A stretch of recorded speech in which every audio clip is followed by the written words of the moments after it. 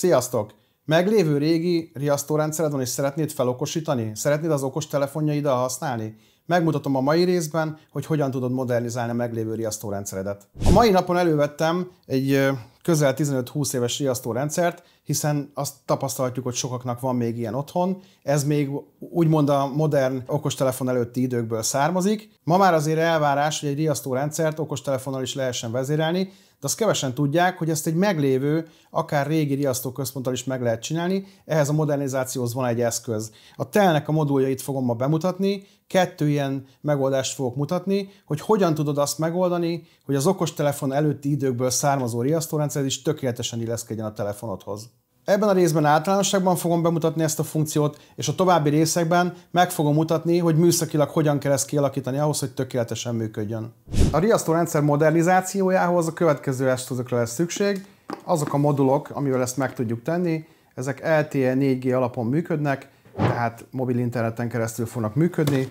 Egyébként ez így néz ki, tehát egy ekkora méretű egységről lesz szó. Ezt meg fogom mutatni itt a riasztóközpontban, már be is szereltem egyet, illetve egy olyan tápegységről, ami a riasztóközpontnak és ennek a modulnak a tápellátását is biztosítani fogja, és még az akkumulátor felügyeletét is elvégzi. Első körben az Ecoline Pro terméknek az előnyeit fogom bemutatni, ami egy nagyon hasznos előnye, hogy ugyanitt egy DSC központ van előttem összeszerelve, de ez platform és gyártó független az eszköz, tehát bármilyen riasztóközpont, amelyik a Contact ID kommunikációra képes, és van egy szabad zónája, ahhoz lehet illeszteni a készüléket. Nagy előnye, hogy mobil internetet használ, így a helyi hálózatnak, a helyi internet hálózatnak nincs kiszolgáltatva, tehát akár egy internet megszűnése, vagy egy áramszünet esetén, amikor a routerek általában leszoktak állni, akkor is működőképes marad a rendszer. A költsége még egy érzékeny kérdés szokott lenni. Itt egy SIM-kártyára van szükség minimális adatforgalommal, tehát egy 15-20 megás kártya elegendő hozzá. Platform függetlenül a riasztók nagy részéhez használni fogod tudni, és nem fog neked havi költséget okozni, egyedül a SIM-kártyának az üzemben tartása. Hogy kiknek ajánljuk elsősorban ezeket a készülékeket? Magánembereknél, azoknak, akiknek nincs még bekötve távföljetre a rendszerük, hasznos információ lehet az, hogy nem csak helyben szól a sziréna, hanem tájékozódni fog arról, hogy a távol létében valami történik a riasztóközponton.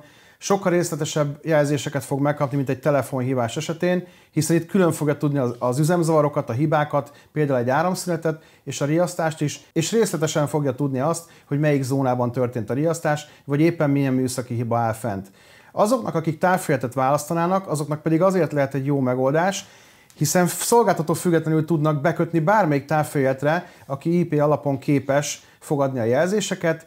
Így lehetőség van arra, hogy a saját telefonra érkező jelzések mellett a távföljetre is tudjunk küldeni jelzéseket, amire ők reagálni fognak. Távföljeteknek is ajánljuk, hiszen most van a 2G, 4G átállás, és aki szeretne az ügyfeleinek adni egy komplexebb szolgáltatást, szeretné kiegészíteni azzal, hogy a hozzáérkező jelzések mellett az ügyfél azonos időben meg fogja kapni a jelzéseket, ez szolgáltatásként lehetőséget fog neki nyújtani, illetve lehetőség van arra is, hogy az ügyfél távolból tudja ki és bekapcsolni a riasztó rendszerét, ez sok esetben lehet hasznos. Gyakran felhasználó igény az, hogy a riasztások ténye mellett arról is meg tudjon győződni a felhasználó, hogy a gyermeke hazaérte az iskolából, az alkalmazott beérte reggel dolgozni, a takarítónéni mikor zárta be a rendszert. Ezeket mind-mind meg lehet tenni.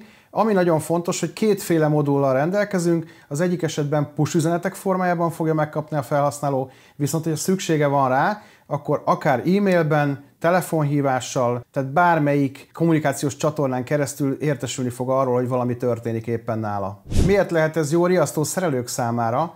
Hát nekik egyértelműen az lehet belőle a fontos információ, hogy akár a hiba állapotról is tudni fognak, hogy mi történik egy riasztórendszeren, tehát egy időben a hiba keletkezésével értesülhetnek ők is arról, hogy valami nincsen rendben a felhasználónál, tehát így sokkal hamarabb tudnak beavatkozni. Riasztórendszer szerelők számára az is egy fontos funkció lehet, hogy távprogramozható az egységen keresztül a riasztóközpont, tehát egy transzparens portot fog nekünk előállítani, és ezen keresztül a riasztóközpontnak a saját gyári szoftverével távletöltést lehet kezdeményezni, tehát akár a programozás, eseménymemória megtekintése, vagy a távdiagnosztika is biztosított ezen a modulon keresztül. Ha érdekes számodra ez a megoldás, a tel.hu oldalon mindent megtudsz erről a modulról, és a további videóinkban bemutatjuk azt, hogy hogyan kell kivitelezni, hogyan kell műszakilag összerakni ezt a rendszert ahhoz, hogy egy okos riasztód legyen a meglévőből. Iratkozz fel további tartalmakért!